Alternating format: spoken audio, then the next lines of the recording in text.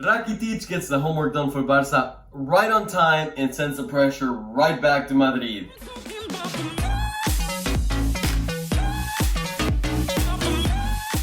Welcome back, guys. I hope you're having a great day. I know if you're a Barca fan, then you're for sure having a good day because, spoiler, Barcelona has just beat Atletico Bilbao 1-0. And honestly, I watched that game and they looked pretty solid to me. Messi was very active throughout the majority of the game. It still seems like they're having a bit of attacking issues in scoring that goal, but overall as a team they were pressing very well and they looked pretty good out there. We actually have already uploaded a video on the Barcelona game by my brother Ricky, so please make sure you go check that video out.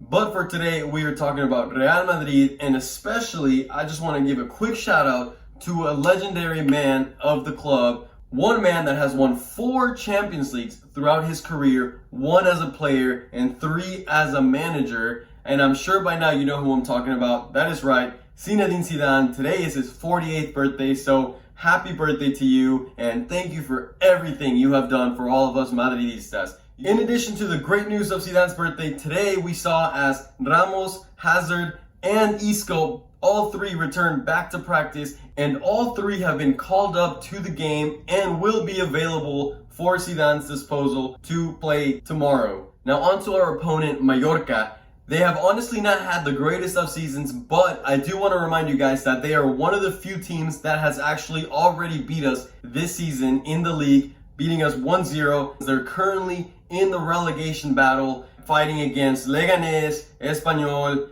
Celta Vigo, and I believe there's another team out there. So this makes them a very tricky to predict team because whenever these teams are in this relegation battle, you never know what side of them to expect. Sometimes they're very inconsistent. Sometimes they show up and have a great game. Sometimes they show up and, it's like they're unrecognizable. They recently, the last 3 matches since coming back from the pandemic have been kind of a roller coaster. They've been more on the lower end as they started off with a 4-0 defeat to Barcelona. In these 3 games, they have only scored 1 goal, which goes on to show the struggles that they are having offensively. Up top, they do have our very own man, Takefusa Kubo, who is on loan. Remember, this guy is he's like 19, 20 years old, and he's already being a revelation player for Mallorca, getting a bunch of assists.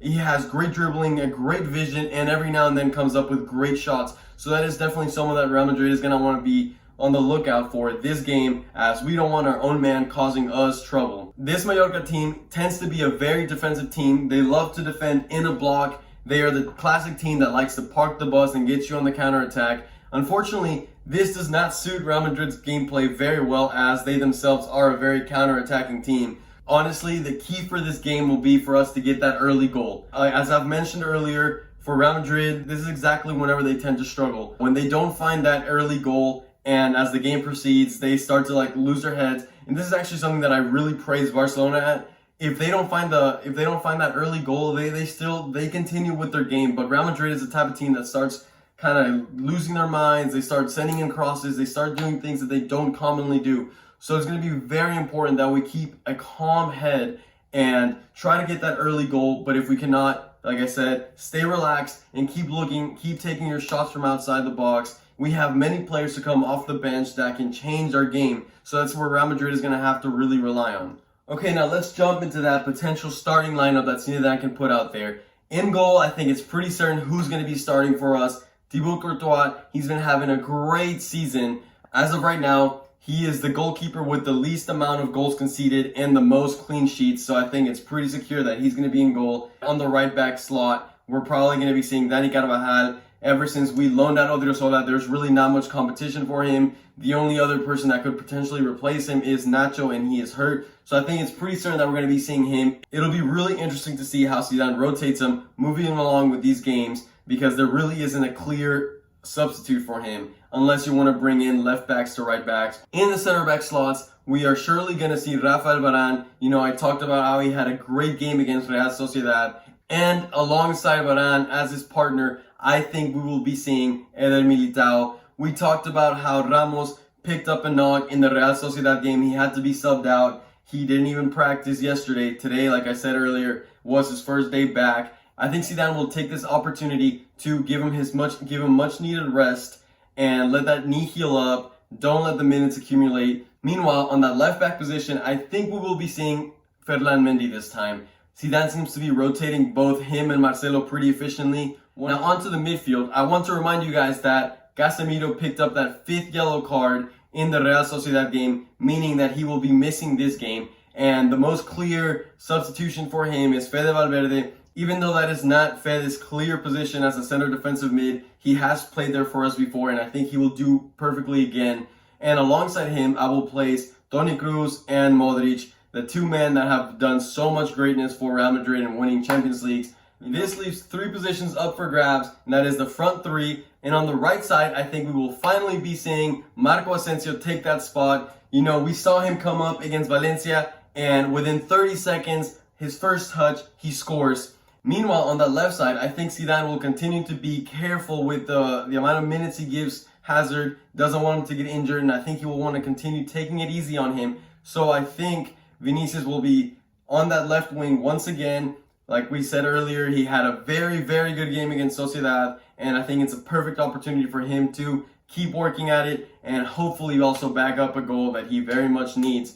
That finishing, he needs to get that finishing. Up top, I think there's no question as to who we're going to be seeing. Of course, the man that scored 2 goals against Valencia, 1 goal against Sociedad.